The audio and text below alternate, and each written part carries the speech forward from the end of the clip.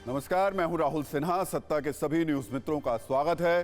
सबसे पहले सत्ते पे सत्ता यानी 7 खबरें और दिलचस्प जानकारियां। आज हम आपको यूपी के संभल से प्रधानमंत्री मोदी के कुछ ऐसे सियासी तीर दिखाएंगे जिससे आज उन्होंने कई लोगों को चुन चुनकर निशाना बनाया। मौका था संभल में कल की धाम के शिलान्यास का, लेकिन इस मौके पर पीएम ने कृष्ण सुदामा और भ्रष्टाचार को लेकर जो कुछ कहा है उसकी बहुत चर्चा हो रही है। वैसे चर्चा तो आज अमेठी की भी खूब है और इसकी वजह है राहुल गांधी और स्मृति ईरानी। आज 2019 के लोकसभा चुनाव के बाद दोनों फिर से अमेठी में आमने सामने आ गए, एक दूसरे पर शब्द बाण चलाए, लेकिन इस बार अमेठी का दिल किसके साथ है ये भी देखेंगे। आज अखिलेश यादव ने भी इंडिया गठबंधन को कुछ गंभीर संकेत दिए हैं। अखिलेश यादव ने साफ कह दिया कि जब तक कांग्रेस से सीट शेयरिंग पर फाइनल फैसला नहीं हो जाता वो राहुल गांधी की न्याय यात्रा में शामिल नहीं होंगे। इस खबर पर कैसे बीजेपी सियासी चटकारे ले रही है ये भी आपको दिखाएंगे, लेकिन पहले कुछ बड़ी खबरें। संयुक्त किसान मोर्चा ने केंद्र सरकार के प्रस्ताव को खारिज कर दिया है। केंद्र ने अगले 5 साल तक 4 फसलों पर एमएसपी कॉन्ट्रैक्ट का प्रस्ताव दिया था, लेकिन किसानों का कहना है कि सरकार का प्रस्ताव मांगों को भटकाने वाला है और उन्हें एमएसपी की गारंटी कानून से कम कुछ भी नहीं मंजूर है। चंडीगढ़ मेयर चुनाव पर आज सुप्रीम कोर्ट से भी बड़ी खबर आई है। चीफ जस्टिस ने अपने आदेश में लिखा कि रिटर्निंग ऑफिसर के मुताबिक उसने बैलेट पेपर पर क्रॉस के निशान लगाए थे। इसके बाद सुप्रीम कोर्ट ने बैलेट पेपर मंगवा लिए हैं। कल दोपहर 2 बजे फिर से सुनवाई होगी, लेकिन आज इस शो की शुरुआत में आपको सत्ता का सरप्राइज मिलेगा। यह खबर समंदर से उठी ऐसी बारूदी लहरों पर आधारित है जिसकी दहशत चीन और पाकिस्तान तक महसूस की जा सकती है। ये 51 देशों के साथ भारत का मिलन वाला युद्धाभ्यास है जिस पर हमने आपके लिए एक विस्फोटक वीडियो कुंजी तैयार की है और पासपोर्ट रैंकिंग में भारत को झटका लगा है। पासपोर्ट इंडेक्स में भारत की रैंकिंग 5 पॉइंट और नीचे गिर गई है और अब भारत का पासपोर्ट 80 से 85वें स्थान पर आ गया, जबकि भारत के पड़ोसी देश पाकिस्तान के पास दुनिया का चौथा सबसे कमजोर पासपोर्ट है। तो चलिए सत्ता की शुरुआत करते हैं और सबसे पहले भारत की उस जंगी तैयारी की खबर जो दुश्मन को डरा रही है।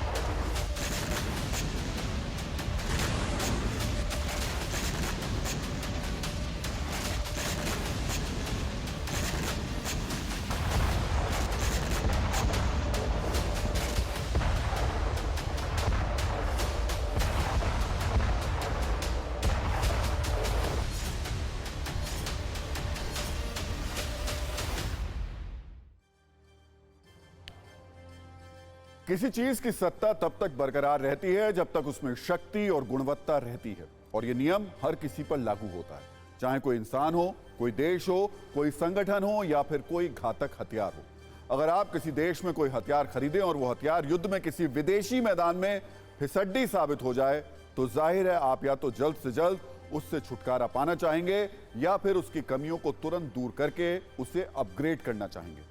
आज सत्ता में सबसे पहले एक ऐसे ही हथियार पर हमारा फोकस है जो अपने आप में भारत के डिफेंस सेक्टर और हथियारों की अंतर्राष्ट्रीय खरीद फरोख्त के एंगल से चर्चा का विषय बन चुका है। यह हथियार है T-72 टैंक।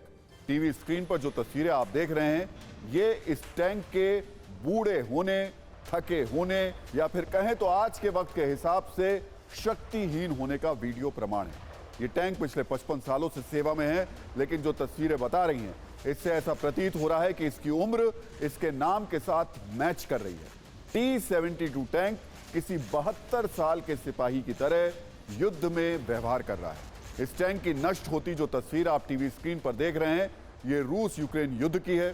सोचिए यूक्रेन जैसे छोटे देश के साथ 1 साल 11 महीने और 26 दिन से चल रहे इस युद्ध में ताकतवर रूस के 3000 से ज्यादा टैंक मिट्टी में मिल चुके हैं, जिनमें से T-72 टैंक की संख्या अच्छी खासी है। इसी को देखते हुए भारत ने अब T-72 टैंक को सेवानिवृत्त करने का फैसला कर लिया है। भारत में T-72 टैंक को रिप्लेस करने की तैयारी चल रही है। मतलब यह कि रूस यूक्रेन युद्ध में जो टैंक पिट गया वो अब भारतीय सेना में भी नहीं रहेगा, क्योंकि भारतीय सेना हारे हुए टैंक पर दांव नहीं लगाती है। T-72 टैंक में अब दम नहीं है, इसलिए भारतीय सेना को नया सिंघम चाहिए, यानी एक ऐसा टैंक चाहिए जो शेर की तरह युद्ध के मैदान में गरजे और अपनी जो गोले हैं तोप के उनको दुश्मन की उसके हिम्मत तोड़ दे। भारत ने इसको लेकर तैयारियां भी शुरू कर दी हैं। दुश्मन की साजिशों और युद्ध की चुनौतियों को देखते हुए भारतीय सेना अत्याधुनिक हथियार अपने जंगी बेड़े में शामिल करने जा रही है। भविष्य को देखते हुए T-72 टैंक अनफिट है, इन्हें बदलना ही होगा। T-72 टैंक रूस यूक्रेन युद्ध में फिसड्डी क्यों साबित हुआ, इसके कारणों की वीडियो कुंजी भी हमने आपके लिए तैयार की है। पहला कारण, गोला बारूद भरने का खतरनाक सिस्टम। T-72 टैंक की मुख्य बंदूक का बारूद टैंक के बुर्ज यानी वो हिस्सा जिसमें दुश्मन पर निशाना लगाया जाता है उसके नीचे रखा जाता है। अगर इस पर सीधा हमला हो जाए तो विस्फोट की आशंका रहती है, जिससे टैंक पूरी तरह नष्ट हो जाता है। यूक्रेनी सैनिकों ने जेवेलिन और NLAW मिसाइलों का इस्तेमाल करके टैंकों के इसी हिस्से को निशाना बनाया, जिसकी वजह से रूस को भारी नुकसान हुआ। दूसरा कारण, पुराने सुरक्षा उपाय और तकनीकी खराबी जो इसके अंदर है। T-72 टैंक में आधुनिक टैंकों की तरह रिएक्टिव आर्मर यानी धातु से बने एक तरह के कवच का अभाव था। रिएक्टिव आर्मर एक तरीके से एक्स्ट्रा फौलादी प्लेट होती है जो टैंक या बख्तरबंद गाड़ियों को बचाती है। रिएक्टिव आर्मर न होने से ये टैंक जेवलिन और NLAW मिसाइलों के प्रभाव का सामना करने में सक्षम नहीं थे। कई T-72 टैंक पुराने और खराब स्थिति में थे। युद्ध के दौरान कई टैंक तकनीकी खराबी के कारण भी खत्म हो गए। तीसरा कारण, रूसी सैनिकों की ओर से रणनीतिक गलतियां भी खूब रहीं। रूसी सैनिकों को शहरी युद्ध के लिए पर्याप्त परीक्षण और प्रशिक्षण होता है वो नहीं दिया गया था। वो टैंकों को ढंग से छिपाने और दुश्मन से बचाने में असमर्थ थे। ऊपर से रणनीतिक गलती ये हुई कि रूसी सैन्यों ने टैंकों को बड़ी संख्या में खुले मैदानों में इस्तेमाल किया, जिससे वो दुश्मन का आसान लक्ष्य बन गए। खासतौर पर ड्रोन के जरिए टैंक के बुर्ज पर हमला हुआ और वो ध्वस्त हो गए। भारतीय सेना में करीब 2400 T-72 टैंक मौजूद हैं। यूरोप के बाहर भारत पहला ऐसा देश था जिसने रूस से T-72 टैंक को खरीदा था। शीत युद्ध के दौरान सोवियत संघ के इंजीनियरों ने इसका निर्माण किया था। यानी 4 दशक पुराने टैंक हैं ये, जिन्हें आधुनिक युद्ध शैली के अनुसार बदलना अब जरूरी है। इसलिए भारतीय सेना इनमें से आधे टैंक को अपग्रेड कर रही है और बाकी टैंकों को रिप्लेस किया जाएगा। आपको बताते हैं कि सेना का मास्टर प्लान है क्या। सेना को रक्षा मंत्रालय से अपने T-72 टैंकों के लिए मौजूदा 780 हॉर्स पावर के इंजन की जगह 1000 हॉर्स पावर के इंजन लगाने के प्रस्ताव को मंजूरी मिल गई है। इस 2300 करोड़ रुपए की योजना के तहत 200 इंजन सीधे आयात किए जाएंगे, जबकि 800 इंजन भारत में बनाए जाएंगे। इतना ही नहीं, भविष्य के युद्धों के लिए 1770 FRCV यानी लड़ाकू सैन्य वाहन बनाए जाएंगे। इसके लिए इस साल 57,000 करोड़ रुपए की एक बड़ी परियोजना के लिए प्रस्ताव जारी करने की योजना है। यानी ये बदलाव शुरू हो गया है, लेकिन अभी इसमें समय लगेगा।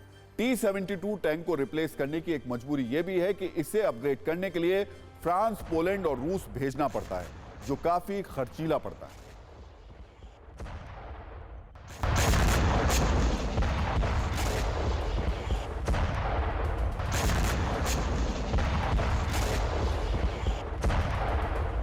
जहां तक आज की डेट का सवाल है, इस इक्विपमेंट आउट ऑफ डेट हो चुका है। ये यूक्रेन युद्ध में जरूर इस्तेमाल हुआ, लेकिन ये बहुत कारगर सिद्ध नहीं हुआ है। तमाम अन्य टैंक इसके मुकाबले में बेहतर प्रदर्शन कर रहे हैं युद्ध भूमि में, जैसे अब्राहम टैंक है, चैलेंजर है। इस तरीके के टैंक स्टेट ऑफ आर्ट हैं।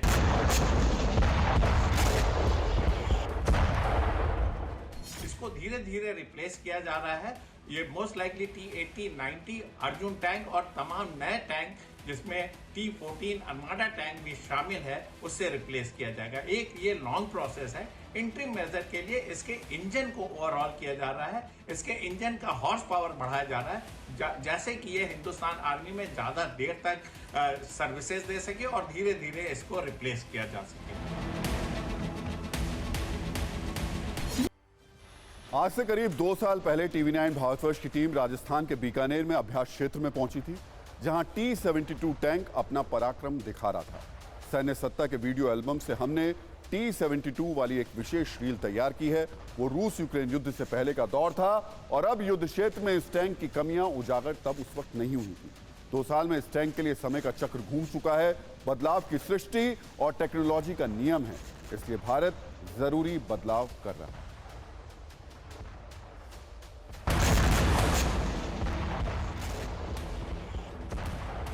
इस वक्त मैं मौजूद हूँ T-72 टैंक के ऊपर। आपको बताना चाहूंगी इस टैंक का नाम भारतीय सेना ने अजय दिया है, यानी कि एक ऐसा टैंक जिस पर दुश्मन किसी भी तरीके से हमला करे तो उसे हासिल नहीं कर सकता।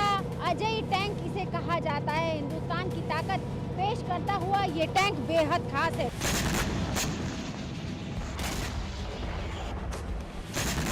भारतीय सेना का T-72 अजय टैंक सोवियत कालीन टैंक है, जो कई सालों से भारतीय सेना के पास 2410 टैंक हैं। और बता दें कि करीब 1000 T-72 अजय टैंक्स को अपग्रेड करने के लिए रूस, पोलैंड और फ्रांस भेजना पड़ता है। बताया जा रहा है कि जल्द ही नए अजय टैंक का उत्पादन भारत में किया जाएगा। और सबसे बड़ी बात है, इस टैंक की अगर हम मारक क्षमता की बात करें तो इसकी जो स्पीड है वो करीब 60 से 75 किलोमीटर प्रति घंटा है। और ऑपरेशनल रेंज जो है वो इसकी 460 किलोमीटर है, यानी कि 460 किलोमीटर के दायरे पर ये दुश्मन को निस्ते-नाबूद कर सकता है। टैंक जो है ऑपरेट की जाती है, यहाँ पर जो है इसका कमांडर है। नीचे आपको बता दें इस टैंक का जो ड्राइवर है और साथ में इसके गनर होता है। इस तरीके से 3 लोग मिलकर इस पूरे टैंक को ऑपरेट करते हैं और ये भारतीय सेना की ताकत को दर्शाने वाला वो टैंक है।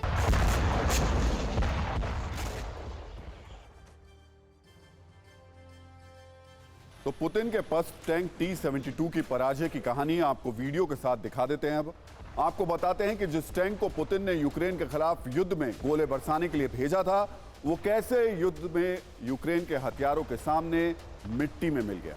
यूक्रेन के साथ जारी युद्ध की शुरुआत से ही रूस ने T-72 टैंक तैनात कर दिए थे। रिपोर्ट के मुताबिक युद्ध में रूस के 3000 से ज्यादा टैंक बर्बाद हो चुके हैं, जिनमें से 1800 T-72 टैंक हैं, मतलब 50% से भी ज्यादा। इतना ही नहीं, रूस के जंगी खजाने के 15% टैंक युद्ध के मैदान में खस्ता हाल हो गए हैं।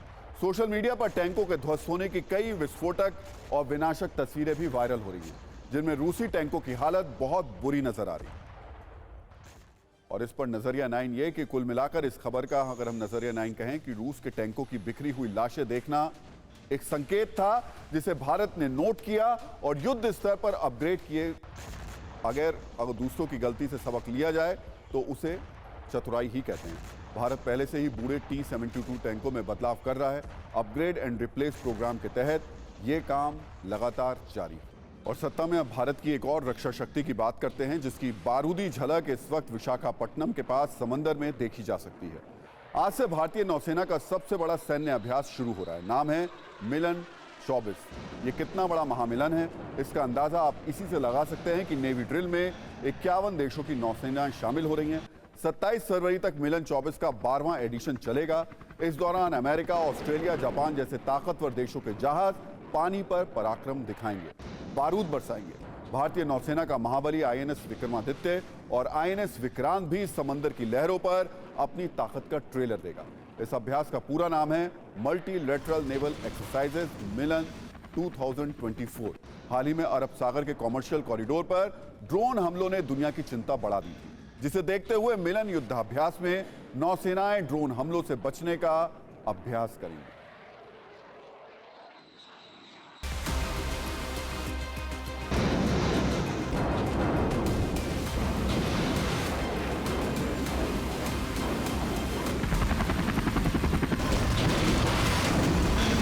Milan exercise is indeed the largest exercise we have held so far. This has evolved from about 1995. Only about 4 countries were there, 4 friendly foreign countries had participated. Since then, it has been growing in its stature, content, and the degree of complexity and so on.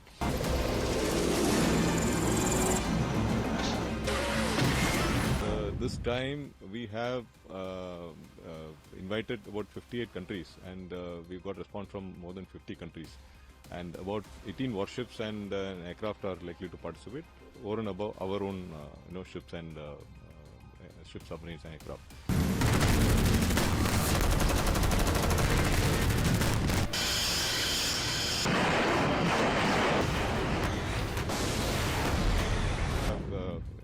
fairly complex exercises like anti-submarine exercise, anti-aircraft exercises, then weapon firings and aircraft control. Lots of exercises.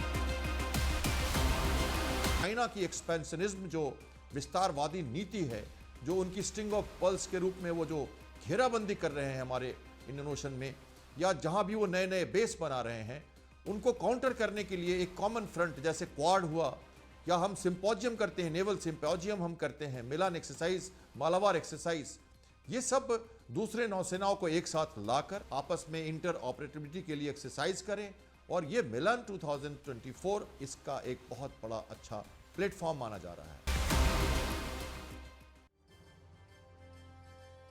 तो साल 1995 से इस तरीके का संयुक्त नौसैनिक अभ्यास भारत करता आया है। हर 2 साल में यह संयुक्त अभ्यास होता है। 1995 में भारत समेत 4 देश इस मिलिट्री ड्रिल में शामिल हुए थे, लेकिन इस बार मिलन 24 में भारत समेत 51 देश अपना दम दिखा रहे हैं। सौहार्द, सामंजस्य, सहयोग की थीम पर आधारित यह अभ्यास दुश्मन देशों को चुभने वाला है। मिलन 24 में इस बार 35 वॉरशिप शामिल हैं, 50 से ज्यादा एयरक्राफ्ट कैरियर हैं। अभ्यास में भारत के 30 से ज्यादा जंगी जहाज हैं। पहली बार भारत के 2 एयरक्राफ्ट कैरियर आईएनएस विक्रांत और आईएनएस विक्रमादित्य इस अभ्यास में शामिल हुए हैं। आने वाले दिनों में हम इस अभ्यास की कई धमाकेदार रील्स आपको दिखाते रहेंगे। और सत्ता में अब बात करते हैं प्रधानमंत्री नरेंद्र मोदी की, जो आज यूपी के संभल में थे। मौका था भगवान विष्णु के 10वें कल्कि अवतार को समर्पित कल्कि धाम के शिलान्यास का, जिसके रचयिता हैं कांग्रेस से निष्कासित नेता आचार्य प्रमोद कृष्णम। लेकिन इस पावन मौके पर पीएम मोदी ने संभल से आज कई लोगों को हौले हौले डांट लगाई। धीमे धीमे व्यंग्य बाण की चुभन महसूस कराने वाली ये डांट जरा दूजी किस्म की है। पीएम मोदी ने अपने बयान में किसी का नाम तो नहीं लिया, लेकिन उनकी बातों में कई लोगों के लिए चुभते हुए संदेश थे। इसलिए पहले हम आपको पीएम मोदी के बयानों पर आधारित कीवर्ड वाली कुंजी दिखा देते हैं। इसमें पहला कीवर्ड है कृष्ण और सुदामा की जोड़ी, दूसरा कीवर्ड है चावल और भ्रष्टाचार, जबकि तीसरा कीवर्ड है सुप्रीम कोर्ट और पीआईएल यानी जनहित याचिका। प्रधानमंत्री मोदी के इन शब्दों की मारक क्षमता संभल से लेकर दिल्ली तक तीव्र और तेजस थी। पहला निशाना था वो पीआईएल गैंग, जिसके लिए पीएम का इशारा यह था कि कई लोग आधारहीन बातों पर भी जनहित याचिका वाला झंडा उठा लेते हैं और देश का समय बर्बाद करते हैं। पीएम मोदी के निशाने पर आज वो विपक्ष भी था, जिस पर प्रधानमंत्री मोदी विकास की राह में कांटे बोने का आरोप लगाते हैं। आज प्रधानमंत्री मोदी ने ऐसे सभी लोगों पर चुन चुनकर हमले किए। आगे हम आपको उस कल्कि धाम पर भी सत्ता की आध्यात्मिक कुंजी दिखाएंगे, जिसकी पीएम मोदी ने आधारशिला रखी। लेकिन पहले पीएम मोदी के वो तीर जो आज उन्होंने भगवान कृष्ण और सुदामा के जरिए चलाए। अभी जब वो स्वागत प्रवचन कर रहे थे, तब उन्होंने कहा कि हर किसी के पास कुछ न कुछ देने को होता है, मेरे पास कुछ नहीं है, मैं सिर्फ भावना व्यक्त कर सकता हूं। प्रमोद जी, अच्छा हुआ कुछ दिया नहीं, वरना जमाना ऐसा बदल गया है कि अगर आज के युग में सुदामा श्री कृष्ण को एक पोटली में चावल देते, वीडियो निकल आती, सुप्रीम कोर्ट में पीआईएल हो जाती और जजमेंट आता कि भगवान कृष्ण को भ्रष्टाचार में कुछ दिया गया और भगवान कृष्ण भ्रष्टाचार कर रहे थे। इस व्यक्त में हम जुगर रहे और इसे अच्छा है कि आपने भावना प्रकट की और कुछ दिया नहीं। तो प्रधानमंत्री मोदी के सियासी तंजों वाली वीडियो कुंजी का दूसरा हिस्सा हम आपको आगे दिखाएंगे, लेकिन पहले उस कल्कि धाम के बारे में कुछ जरूरी बातें जान लेते हैं, जो अयोध्या के भगवान राम के धाम जितना भव्य और आकर्षक होगा, जिसकी आधारशिला रखने आज प्रधानमंत्री मोदी संभल पहुंचे थे। इसकी सबसे खास बात यह है कि भगवान कल्कि का यह धाम उनके अवतार लेने से पहले ही तैयार किया जा रहा है, जबकि अब तक देश में जितने भी धामों की स्थापना हुई है वो भगवान के अवतार लेने के बाद हुई है। ये कल्कि धाम संभल जिले में 28 बीघा जमीन पर तैयार किया जाएगा। जानकारी के मुताबिक इस कल्कि धाम के शिखर की ऊंचाई 108 फीट होगी। बड़ी बात यह कि इस कल्कि धाम के नक्शे को राम मंदिर के इंजीनियर्स ने ही तैयार किया है। इतना ही नहीं, इस कल्कि धाम में भी बिल्कुल वैसे ही गुलाबी पत्थर लगाए जाएंगे जैसे अयोध्या के अद्भुत राम मंदिर में लगाए गए हैं। इसके अलावा इस कल्कि धाम में भगवान विष्णु के सभी 10 अवतार के गर्भगृह बनाए जाएंगे। मंदिर के गर्भगृह के पूजन के लिए द्वादश ज्योतिर्लिंगों और सभी शक्तिपीठों की मिट्टी का इस्तेमाल होगा। साथ ही देश की सभी पवित्र नदियों के जल का भी प्रयोग किया जाएगा। तो आज पीएम मोदी ने आचार्य प्रमोद कृष्णम को धन्यवाद दिया और कहा कि यह मेरे लिए सौभाग्य की बात है जो उन्हें कल्कि धाम के शिलान्यास का मौका मिला। वैसे आज पीएम मोदी ने तंज के तौर पर एक धन्यवाद विपक्ष को भी दिया है। इस पर हम आपको एक और रील दिखा देते हैं। फिर एक निष्कासित कांग्रेस नेता के मंच पर पीएम मोदी की मौजूदगी और संभल के सियासी समीकरण पर सत्ता की कुंजी खोलेंगे। योगश्चोकरणं चैव सर्वं विष्णुर्वयं जगतः सूर्यः सोमो यमः कालो महाभूतानि पंच च। 18 साल की प्रतीक्षा के बाद आज ये अवसर आया है। वैसे भी आचार्य जी कई ऐसे अच्छे काम हैं जो कुछ लोग मेरे लिए ही छोड़ करके चले गए हैं। इन्हें पिछली सरकारों से लंबी लड़ाई लड़नी पड़ी, कोर्ट के चक्कर भी लगाने पड़े। वो मुझे बता रहे थे कि एक समय उन्हें कहा जा रहा था कि मंदिर बनाने से शांति व्यवस्था बिगड़ जाएगी। आज हमारी सरकार में प्रमोद कृष्णम जी निश्चिंत होकर इस काम को शुरू कर पाए हैं। भारत के सामर्थ्य का बीज अंकुरित हो रहा है। हम पहली बार दुनिया की 5वीं सबसे बड़ी अर्थव्यवस्था जैसे बड़े मुकाम पर पहुंचे हैं। हम चंद्रमा के दक्षिण ध्रुव तक पहुंचने वाले पहले देश बने।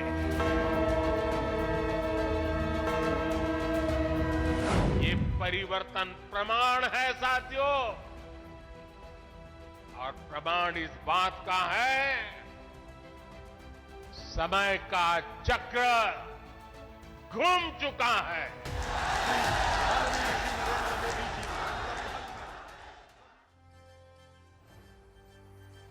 अब हम आपको जल्दी से यह भी समझा देते हैं कि राजनीतिक पंडितों के अनुसार पीएम मोदी के संभल पहुंचने के मायने क्या है। दरअसल अयोध्या में राम मंदिर के बाद संभल का कल्कि धाम हिंदुत्व के एजेंडे को धार देने का एक अहम सूत्र साबित हो सकता है। संभल उसी पश्चिमी उत्तर प्रदेश के अंदर आता है जहां जाटलैंड की सभी 14 सीटों पर बीजेपी ने 2014 में कब्जा किया था, लेकिन 2019 में इनमें से 7 सीट बीजेपी के हाथ से निकल गई थी और इसमें भी 6 सीट सिर्फ उसी मुरादाबाद मंडल की हैं जिसमें संभल का नाम भी शामिल है। यानी संभल के जरिए उन सभी हारी हुई सीटों को 2024 में जीतने का बीजेपी का फोकस भी है। हालांकि संभल का चुनावी चैलेंज बीजेपी के लिए इतना आसान भी नहीं है, क्योंकि संभल को समाजवादी पार्टी का गढ़ कहा जाता है और यहां की सत्ता पर यादव उम्मीदवारों का सबसे ज्यादा कब्जा रहा है। यूपी में हुए 11 लोकसभा चुनाव में 6 बार संभल से यादव सांसद रहे हैं। सबसे ज्यादा 4 बार संभल की सीट समाजवादी पार्टी के सांसदों के पास ही रही है और मौजूदा वक्त में समाजवादी पार्टी के 94 साल के नेता शफीकुर रहमान बर्क यहां से सांसद हैं, जबकि बीजेपी सिर्फ 2014 में इस सीट पर जीत हासिल कर पाई थी। यानी इस लिहाज से भी पीएम मोदी का संभल दौरा बीजेपी के लिए एक अहम पड़ाव साबित हो सकता है। संभल के बाद अब आपको उत्तर प्रदेश के अमेठी लेकर चलते हैं, जहां सुपर सियासी सोमवार था और इस सोमवार में बहुत सारी सियासी चिंगारियां थी, क्योंकि अमेठी में आज आमने सामने थे कांग्रेस के सांसद राहुल गांधी, जिनका इस लोकसभा सीट पर 15 साल तक एक छत्र राज हुआ करता था, तो दूसरी ओर थी केंद्रीय मंत्री और अमेठी की सांसद स्मृति ईरानी, जिन्होंने राहुल गांधी की अमेठी वाली सत्ता को 2019 में हिला दिया था और अपनी सत्ता स्थापित कर ली थी। आज 2019 के बाद राहुल गांधी और स्मृति ईरानी एक बार फिर से अमेठी में आमने सामने आ गए। दरअसल आज अमेठी कांग्रेस के राहुल गांधी की भारत जोड़ो न्याय यात्रा का पड़ाव बना। भव्य तैयारियों के बीच राहुल गांधी की न्याय यात्रा ने अपने पुराने संसदीय क्षेत्र में प्रवेश किया। यहां पर राहुल गांधी ने सांसद राहुल गांधी ने 35 किलोमीटर का सफर करके करीब 1.5 घंटे का रोड शो भी किया, जिसकी तस्वीरें इस वक्त हम आपको दिखा रहे हैं। लेकिन आज अमेठी में तैयारियां सिर्फ राहुल गांधी के लिए ही नहीं थी। आज अमेठी ने अपनी मौजूदा सांसद स्मृति ईरानी का भी ग्रैंड वेलकम किया, जो आज से 4 दिन के दौरे पर अपने संसदीय क्षेत्र पहुंची हैं। इस बीच सियासत के सेंसेक्स में जो सवाल सबसे ज्यादा ट्रेंड कर रहा है वो ये कि क्या राहुल गांधी 2024 में फिर से अमेठी से चुनाव लड़ेंगे? क्या 2019 की हार के बाद राहुल फिर से अमेठी में स्मृति ईरानी का सामना करेंगे? इन्हीं सवालों की वजह से आज अमेठी की खबर और भी ज्यादा दिलचस्प हो गई। सबसे पहले हम आपको दिखाते हैं कैसे राहुल गांधी और स्मृति ईरानी की मौजूदगी की वजह से अमेठी में सियासी तापमान बहुत ज्यादा रहा।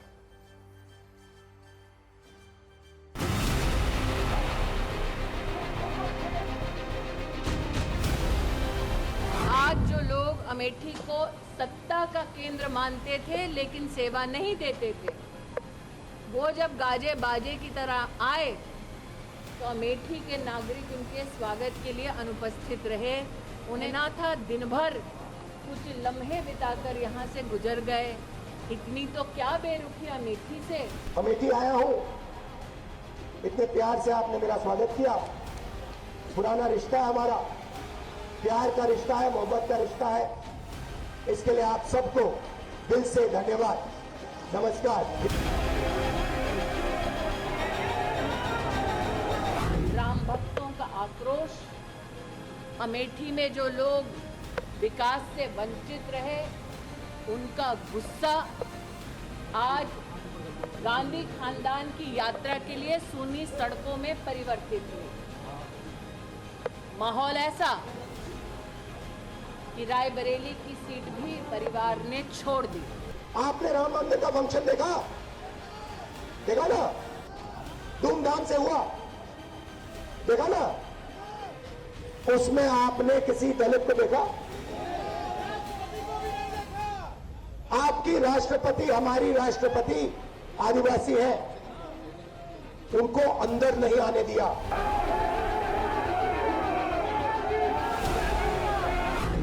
इसी व्यक्ति ने वायनाड में उत्तर भारत और विशेषतः अमेठी के बारे में बात कही कि यहाँ के लोगों की समझ ठीक नहीं है। तब से लेकर अब तक अमेठी आक्रोशित है।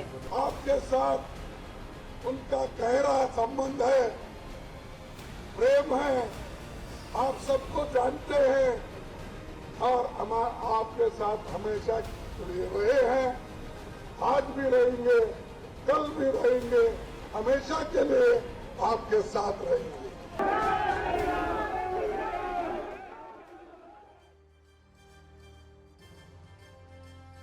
वैसे केंद्रीय मंत्री स्मृति ईरानी अमेठी में कुछ ऐसा करने जा रही हैं जिसके बारे में सुनकर गांधी परिवार थोड़ा असहज जरूर हो गया होगा। दरअसल केंद्रीय मंत्री स्मृति ईरानी ने अमेठी वासियों से वादा किया था कि लोगों को अपने सांसद से मिलने दिल्ली नहीं जाना पड़ेगा, बल्कि वो अमेठी में ही अपना घर बनवाकर जनता की समस्या सुनेंगी। और अब स्मृति ईरानी उस वादे को पूरा करने जा रही हैं। स्मृति ईरानी का ये घर अमेठी में बनकर तैयार हो चुका है और 22 फरवरी को वैदिक मंत्रोच्चार के साथ शुभ मुहूर्त में वो इस घर में गृह प्रवेश करने जा रही हैं। यानी जो अमेठी 2019 तक गांधी परिवार का गढ़ था, अब वहां पर स्मृति ईरानी ने अपना घर बना लिया है। ये घर गौरीगंज के मेदन मवई गांव में बना है। केंद्रीय मंत्री स्मृति ईरानी ने 2021 में अपना घर बनवाने के लिए मेदन मवई गांव में 11 बिस्वा जमीन खरीदी थी और 22 फरवरी यानी 3 दिन के बाद इसमें गृह प्रवेश का कार्यक्रम है।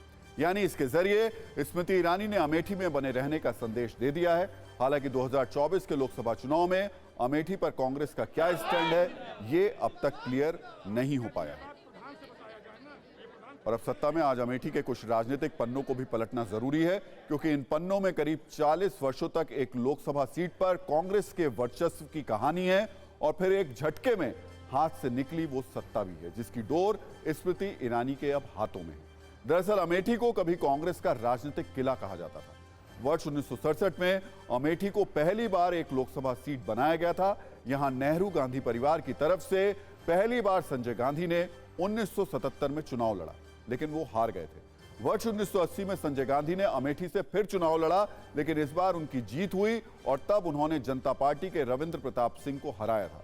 हालांकि 23 जून 1980 को एक विमान दुर्घटना में उनका निधन हो गया, जिसके बाद 1981 में अमेठी में उपचुनाव हुए, जिसमें उनके बड़े भाई राजीव गांधी कांग्रेस के उम्मीदवार थे। ये चुनाव राजीव गांधी जीत गए और पहली बार अमेठी से सांसद बने। फिर राजीव गांधी वर्ष 1984, 1989 और 91 में भी वहीं से सांसद चुने गए, लेकिन फिर 21 मई 1991 को राजीव गांधी की हत्या कर दी गई। अमेठी में फिर से उपचुनाव हुआ और इस चुनाव में उनके पारिवारिक दोस्त कैप्टन सतीश शर्मा को यहां से कांग्रेस सांसद चुना गया। कैप्टन सतीश शर्मा 1996 में भी अमेठी से चुनाव जीतने में कामयाब रहे, लेकिन फिर गांधी परिवार की तरफ से राजनीति में एंट्री हुई सोनिया गांधी की। वर्ष 1999 में सोनिया गांधी अमेठी से पहली बार सांसद चुनी गई, लेकिन इसके अगले चुनाव में इस सीट से गांधी परिवार ने राहुल गांधी का राजनीतिक इंट्रोडक्शन कराया और तब से लेकर अगले 15 वर्षों तक वो ही अमेठी के सांसद बने रहे। यानी करीब 40 वर्षों तक गांधी परिवार या उनके करीबी अमेठी से सत्ता में बने रहे, लेकिन इस सत्ता को वर्ष 2019 में स्मृति ईरानी ने हिला दिया। अमेठी में राहुल और स्मृति का पहला आमना सामना वर्ष 2014 के लोकसभा चुनाव में हुआ, जहां राहुल गांधी को 1 लाख वोट से जीत मिली।